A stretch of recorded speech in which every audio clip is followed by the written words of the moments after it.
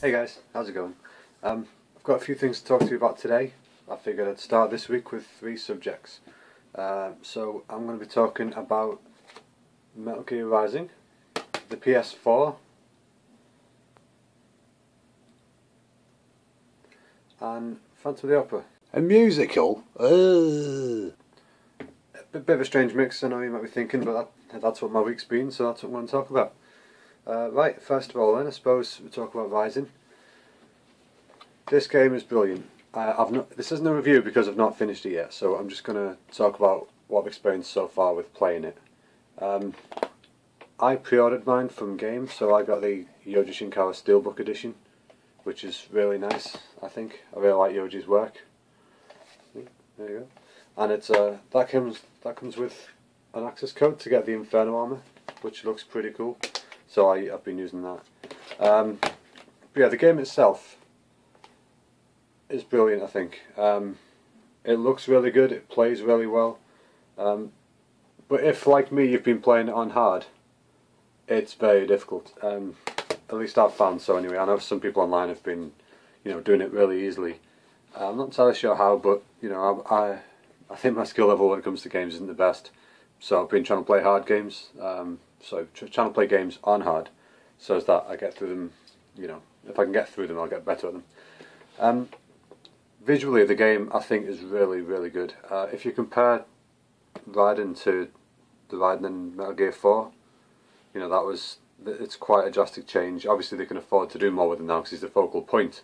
Whereas then, I suppose he was, not a fleeting character, but he wasn't the main lead.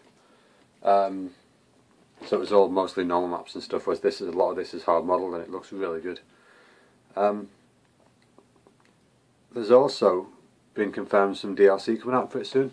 At the moment they've only confirmed one of them for European release, because there's going to be two, but it would be daft to not do both. What I'm looking forward to is apparently they're going to have DLC of a wooden sword which carries the soul of Solid Snake. So yeah, that should be interesting. Apparently it makes snake-like grunts or something when you hit people with it, so that should be good fun. Now, I want to speak about one character in particular in this game, which I love and hate at the same time. If you've not played it, this isn't really a spoiler per se, it's just talking about one of the bosses, so skip forward a minute or so if you don't want to hear it. But either way, there's a character called Monsoon. Now, Monsoon was the bane of my life for sort of 2 straight nights of playing this. I just could not beat him. Mainly because at first I wasn't very good at parrying. I figured that out, but then this character's really good. He's really well designed. I've not seen a character like this in a long time. And it's quite cool the fact that he's made of sort of magnetic plates that stack. Well, magnetic body parts, if you imagine it's like sort of an interchangeable action figure or something.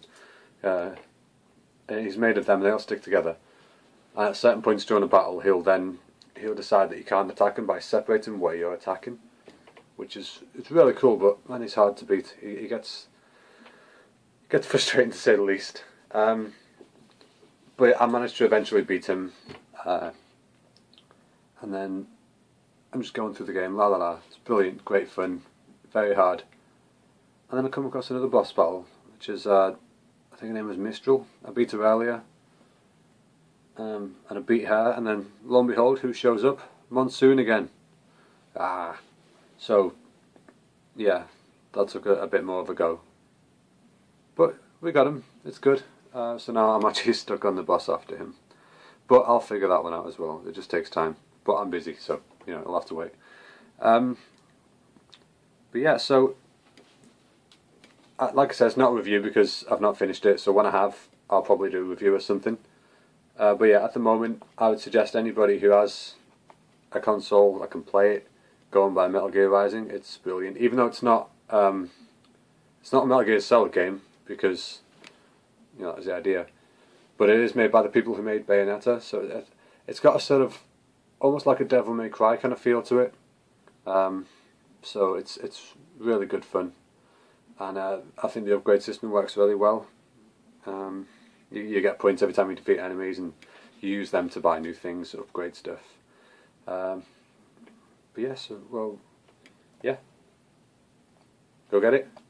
Okay, next thing I'm going to talk about is the PS4. Now, the live broadcast was just the other night. I was watching it, well, what I could, because it kept stalling and crashing and whatnot. You know, it was being a bit of a pain. I think everybody was having that same situation though. What's your opinion of it? What do you think is going to be the case with the PS4? How do you think it's going to perform? How do you think it will sell? Do you think it's got the upper hand for the Xbox? From the things that have been confirmed by Sony and the things that are rumoured from Microsoft, I'm a bit worried about the Xbox this time around. I mean, I'm a PlayStation fan anyway, but when it comes to the new consoles, I usually go into them with a pretty non-biased opinion, because it's a new console, it's a new start, see what they do.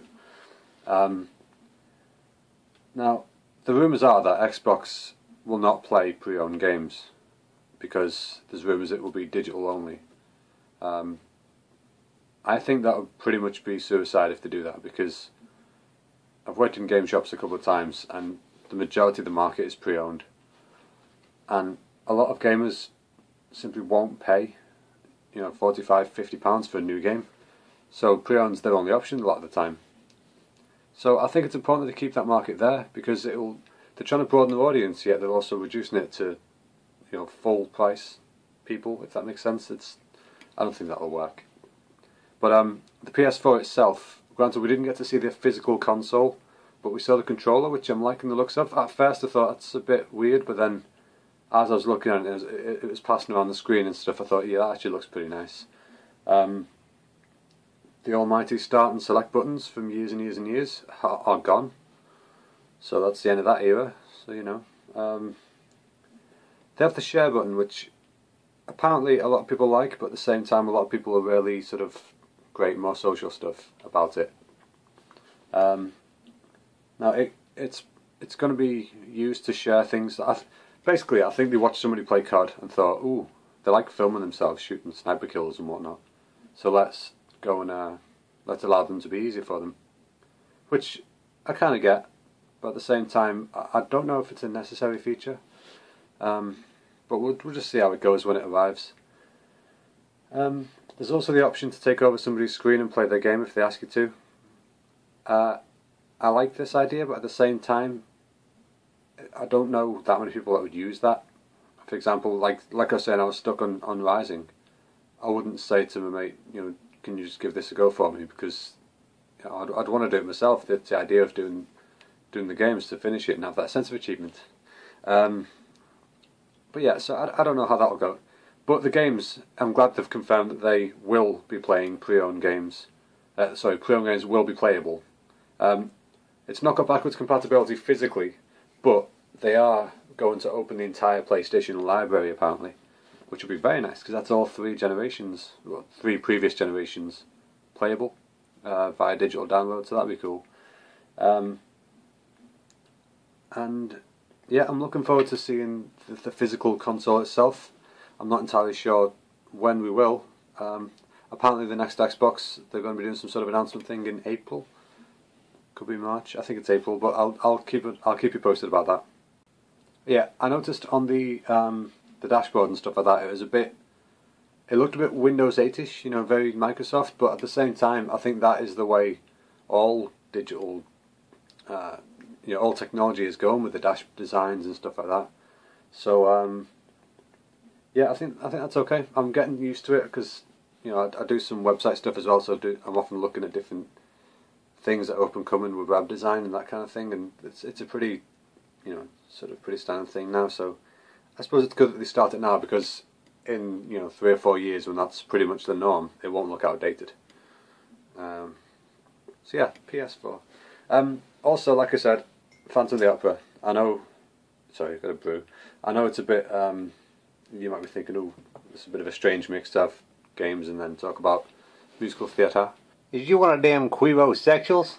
But yeah, I like Phantom of the Opera. I watched it in the cinema when it was streamed, like last year, and I'd never been that fussed about seeing it. But then I went to watch it because I worked at the cinema at the time and it was free, so I went in, and it was brilliant. There's something about it, because I love music, and the music in that it's quite sort of powerful, if you know what I mean. Like I don't know, it works as music, and it does what music's supposed to do, I think.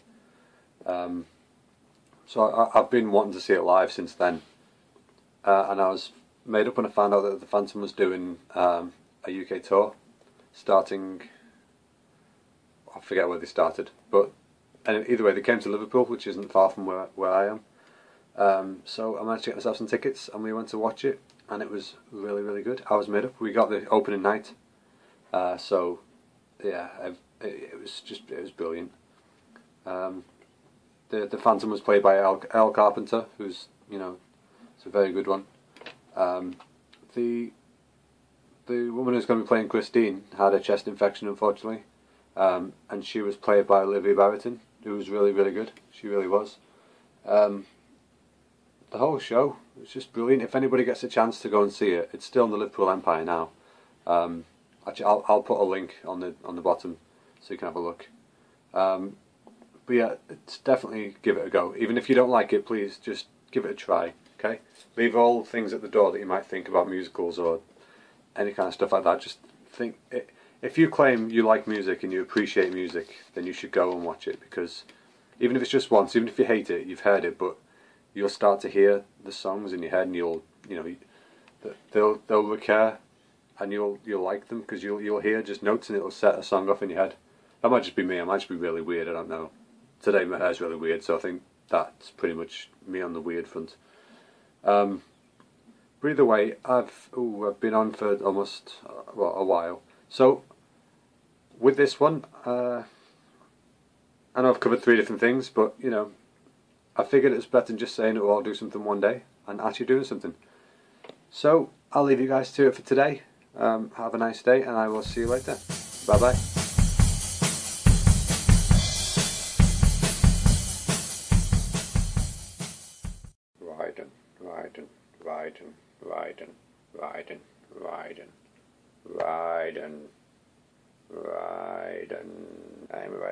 I'm riding. No, I'm riding. No, I'm riding. No, I'm riding.